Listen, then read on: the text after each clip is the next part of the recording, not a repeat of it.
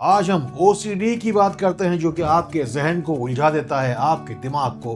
گھما دیتا ہے۔ اللہ کے حکم سے انشاءاللہ آج ہم ساری یہ گتھیاں سلجھا دیں گے۔ کاغذ قلم لے کے تیار ہو جائیے، OCD کے وہم کا علاج آپ کے پاس پہنچنے جا رہا ہے۔ میں ڈاکٹر فہد ارتانی، روشنی والا، آپ کا طبیب، آپ کا روحانی معالج، روشنی کی جانب آپ کو خوش آمدید کہتا ہوں۔ اچھا خاصا انسان اچھائی برائی، ناپاکی پاکی اور صحیح غلط کے بیچ میں پھنس کر رہ جاتا ہے۔ OCD کا مریض تو O کے دائرے میں، C کے چنگل میں اور D کے ڈر کے اندر ہی اپنی زندگی بتاتا ہے۔ OCD یعنی کہ آبسیسو کمپلسو ڈس آرڈر، جسے ہم اردو میں سیدھے سیدھے وہم کی بیماری کہتے ہیں۔ اب ہم تھوڑا سا گہرائی میں جائیں گے، اس بات کے پس منظر میں جائیں گے، تھوڑا سا ڈیپ ڈسکشن کر کے اس بات کی باریکی کو سمجھنے کی کوشش کریں گے۔ قرآن پاک میں اللہ کے کلام میں شیطان ملعون کے دوستوں کا، شیطان مردود کے ساتھیوں کا ایک صفت بیان کیا گیا ہے، اسے کہتے ہیں خناس۔ اب یہ جو خناس ہے، یہی ہے وہ دلوں کے اندر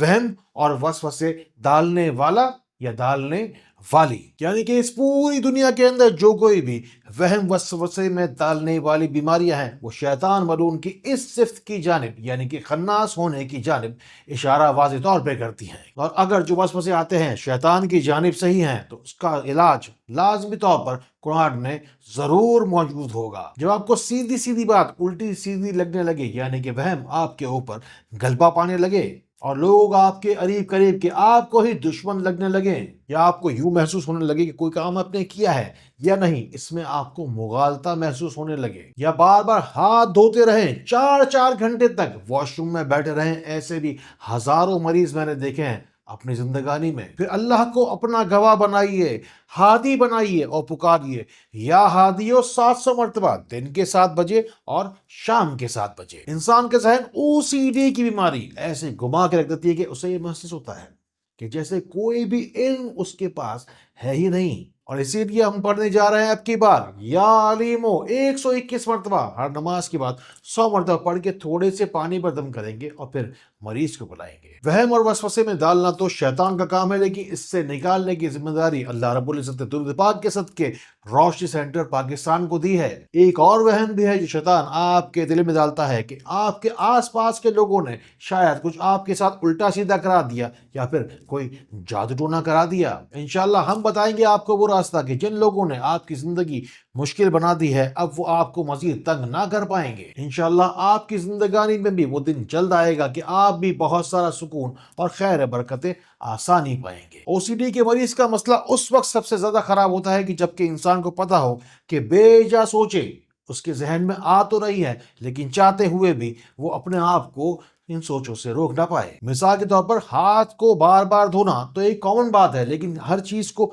بار بار ترتیب بدل کر رکھنا، گھر کا دروازہ رات کو سونے سے پہلے بار بار چیک کرنا، گھر کی گیس کو بار بار اٹھ کر چیک کرنا، بچے کہیں گئے ہوئے ہیں کب آئیں گے یہ بار بار پوچھنا، یا گھر سے باہر جاتے وقت ایکسیڈنٹ ہو جائے گا یہ سوچ بار بار آنا۔ چند چیزیں تو ایک ہی طرح کی ہوتی ہیں، لیکن اسے بار بار الگ الگ طریقوں سے کنٹرول کرنے کے باوجود بھی کچھ سمجھ میں نہیں آتا کہ کیا سر نکلے گا اور کیا پیر۔ بس آپ کو کرنا کیا ہے کہ آپ کو 3 بند اخروٹ لینا ہے، اس کی گری یعنی کہ اس کا گودا نکال کے اچھی طریقے سے چبا کے کھا لینا ہے، اور پھر اصل کام شروع ہوتا ہے کہ اس کا جو چھلکا ہے اسے اچھی طریقے سے جلا کے آپ کو کالی راکھ بنا لینی ہے اور اسے بہت سارے پانی میں ڈال کر رکھ دینا ہے، اور پھر اپنے دونوں پیروں کو اس پانی میں بھگو کر رکھ دینا ہے، اور اس کے بعد 1 مرتبہ پوری سورہ انعام پڑھنا ہے۔ اس کے بعد جتنی بھی نیگیٹو سوچیں آپ کے ذہن میں آتی رہیں گی، ساری کی ساری سیاہی اس سیاہ پانی میں آپ کے پیروں کے ذریعے جاتی رہے گی۔ کیا ہوا آج آپ نے دوسروں سے دعا نہیں کروائی؟ کمنٹس میں محفل سجی ہے روشنی دربار شفا کی، یہ ایسی محفل ہے دعا کی کہ غائبانہ بھی اور حاضر ہو کر بھی روزانہ کی بنیاد پر ہزاروں لوگ شفا پاتے رہتے ہیں۔ آپ ہی کی طرح ہوں گے لوگ بہت سے پریشان، بھجوائیے نا ان کے پاس بھی یہ شفا کا فرمان۔ شیئر کا بٹن دبائیے اور آپ بھی اس نیکی کی کام میں شامل ہو جائیے۔ اب ہم OCD کے آخری اسٹیج کی بات کرتے ہیں، جس وقت انسان کو اکیلے میں بیٹھے بیٹھے یوں محسوس ہوتا ہے کہ کوئی اور بھی ہے جو اس کے ساتھ موجود ہے، یا پھر یوں محسوس ہوتا ہے کہ کمرے میں ابھی کوئی آیا ہوگا، یا پھر کوئی اٹھ کر شاید چلا گیا، یا بیٹھے بیٹھے بدبو آئے، یا یوں ہی کبھی خوشبو آنے لگے، کھانا کھاتے کھاتے اچانک ہی یہ خیال آئے کہ بسم اللہ پڑھی تھی یا نہیں، یا ہاتھ دھوئے تھے یا نہیں، یا جس نے کھانا بنایا تھا کیا اس نے ہاتھ اچھے سے دھوئے ہوں گے؟ یعنی کہ ایلیوژن، ہیلوسینیشن اور ڈیلیوژن کے 3 کونوں میں انسان پھنس کر رہ جاتا ہے، جیسے 3 پنکھوں کا کوئی کونا ہوتا ہے جس میں انسان گھوم کر رہ جاتا ہے۔ ایسی صورت میں سیدھا ہاتھ حرام مغز پہ یعنی کہ گردن کے پیچھے رکھ کر انسان پڑھے سورہ فلق 3 مرتبہ اور سورہ ناس